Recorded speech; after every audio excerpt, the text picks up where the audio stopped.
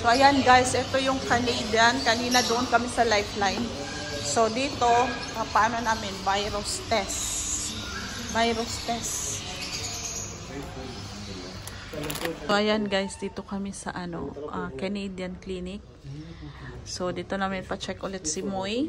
At ipapa-virus test daw siya. Required for virus test kasi ang payat. Last kaka-check lang ng wala man lang 1 week, 800 plus ngayon, 700 plus na. Galing natin si Moy, no? Oh, may Moy. Oh, wala naman ang aming Moy. Moy ni Daddy. Ito mo dito. Para kami may anak sa'yo, Moy. Papa-admit. Papa-admit ka. Papag-glucose daw, papag-glucose. Bakit ang payat? Dito Sabi mo yun, tinignan ka lang doon. Nagbayad tayo kaagad ng 100 dirhams. Almost. Sige po, i-test na lang po natin. Oh, ayan. So, i-test na lang daw, guys. I-test 200, no? 250 ang test, 250. Okay. Kaya nga tinanong ko siya, sir. Sabi ko, magbabayad ba? Sabi ko, wala man ginawa. Tinuro lang niya kami dito. May yun? May, ang tawag nito, may, tawag nito agad-agad na may Result? Opo. Test kits po yun. Malalaman na namin kagad. Opo. Mga 10 to 15 minutes po. So yan guys, 10 to 15 minutes.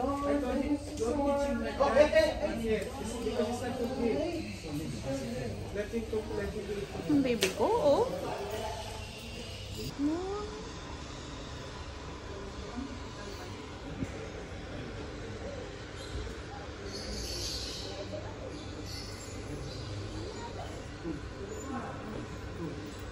Hello, Doc.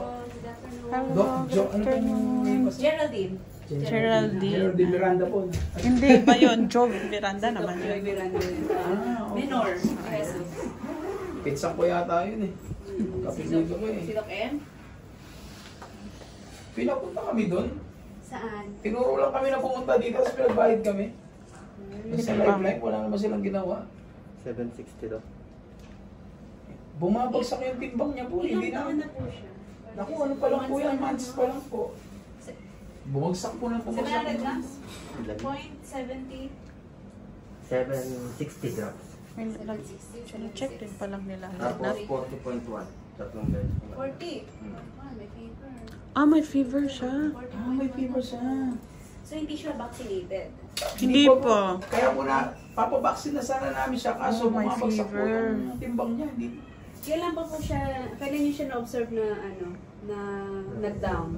Or, hindi pa siya Siguro po mga kumakain? 1 week to 2 weeks. Almost magta 2 2 weeks na weeks po. na, okay. Mag-test tayo ha. Initial test natin is parvovirus kasi may fever siya.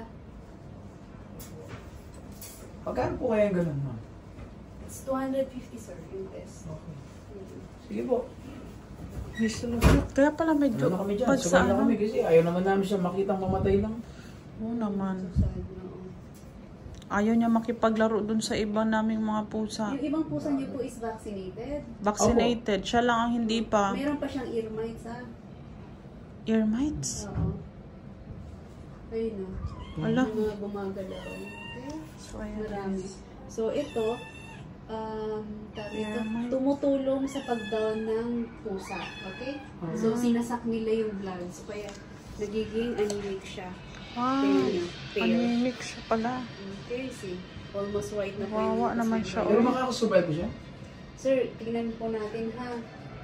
Hindi po tayo I cannot guarantee. Okay? Pero i-test natin, then do the medication. Pareho silang... Saan nakukuha yung mga ganyan? Ear mites or mga kung ano-anong... Saan nakukuha yan, ma'am? Sa environment? Environment. Sa environment? Parang tayo nagkakaboto. Yung ganun. Okay? Sila rin. Just Ano ba yan siya? Contagious? Kasi yung mga pusa Yes, namin... So, highly kailangan contagious. namin siya i-separate? better separate. Pero i-test muna natin, baka meron pa siyang sakit na mas malala compared lang sa ear mites. So, ear mites na gagamot po natin yan. Ah. Okay? Hindi, so go na kami dyan. Go na. Go na. Go na tayo. Kawawa So, nyo lang naman po kami siya. discount. Yeah, sure, of course. Hindi po kami mabigat na kasi first time na kami mag-alaga. Tapos, So, pahawak na lang po. ayaw naman namin madismaya So, na. tumamlay siya ng ilang ano na. Mga 2 weeks na 2 weeks na. Bakit ngayon nyo lang po pinupunta? Hindi kasi akala namin, naninibago lang siya kasi kinuha namin siya. Marami siyang kapatid. Oo, yung akala namin parang may depression lang siya, ganun. Tapos, kasi wala naman siyang signs and symptoms na nagsusuka siya, nagtatai, parang ganun, wala. Tamlay niya, signs na po yun. Oh, Yung pagiging ganun. matamlay. Lethargic ang tawag po doon. So, yung unang signs niya, tapos possible na that time, meron na siyang sinat, hindi lang natin na ano, Napansin. Oh, kasi high fever siya 40. So dapat hindi sila nag-AC, no? Hindi naman, not necessary kasi syempre, normal temperature lang dapat.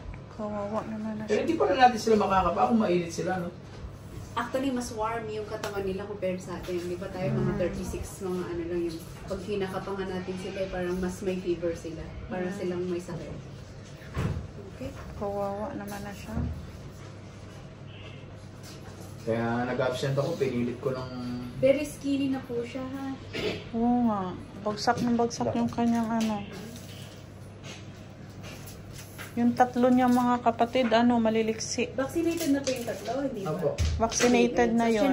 Siya na lang hindi. Kaya sabi namin, ilang pabalik-balik kami para magpa-vaccine sana. Kaso hindi siya umaabot ng 1,000 grams. Oo. Tapos pag nagdudumi siya, lagi siya nagkakadumi sa puwet. Loose po yung poop niya. Hindi Hindi naman. naman po. Yung normal lang. Pero may sumasabit parang siguro a little bit loose. Kasi kung form siya, walang sasabit dapat sa ano. Ay, siya pala kinukuha na ng ano. Okay. Siya, mixed. Eh di, alagang-alaga yung ano. Actually, hindi naman. Minsan very busy kasi sa trabaho niya. Okay lang din naman. Kung hindi naman sila nagkakasakit. Matanda na na sila. Survive siya, no? Tingnan po natin, sir, ha? Sana. Ano siya. Pero usually yung mga ganyang case, ma'am, na okay, nakakano naman po. Depende sa case. Kung Tingnan muna natin. Kung ang tinatanong niyo po ay parvovirus, ang chances are 50-50. yan yung tines ngayon. Ito po yung tinest natin. Kung ngayon. positive siya dyan, 50-50 ang chances. Wawa naman.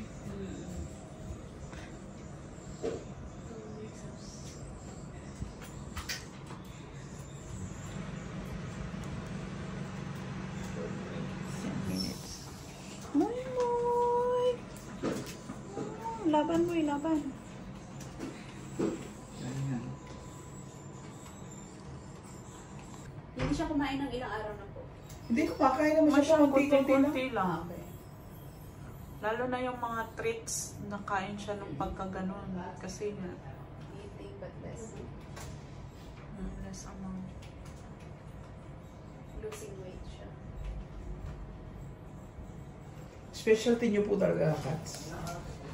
Cats and dogs? Ang general kami. Kasi Pati birds, gano'n? Oo. Pero mas ano ko ang small animal, which is pusa at saka aso.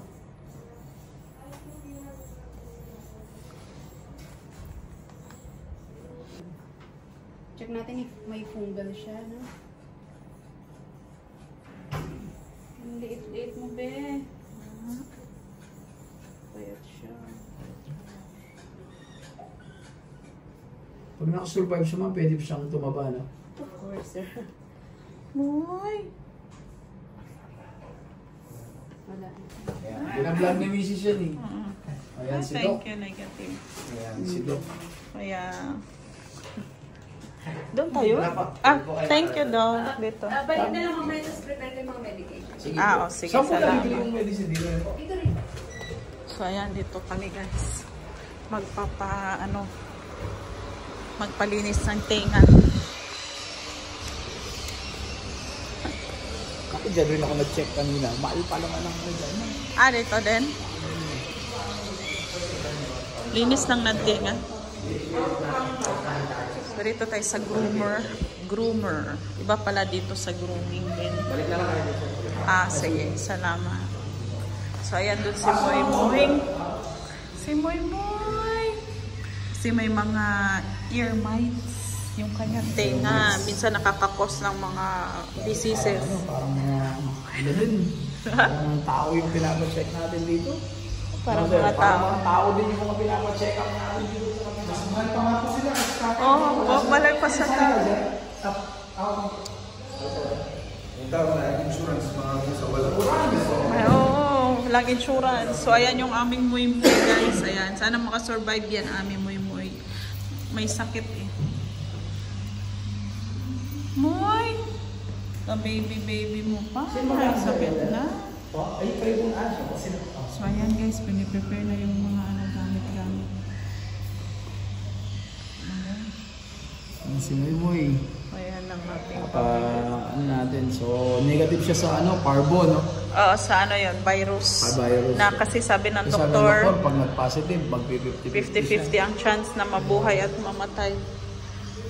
Kaya parang nakakalungkot. So alam niyo na gano'n namin kamahal yung mga anak talaga namin. Kasi pusa pa lang yan, no?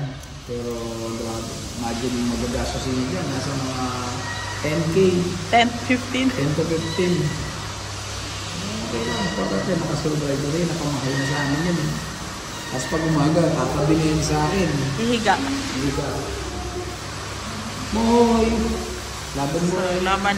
So, ayan guys, nire-ready lang nila lahat. So, next video, papakita ko sa inyo paano nililinis at yung mga prescription ng doktor dahil babalik kami doon sa doktor. So, thank you for watching. And please don't forget to share, like, and subscribe on our video. Woot, woot, woot!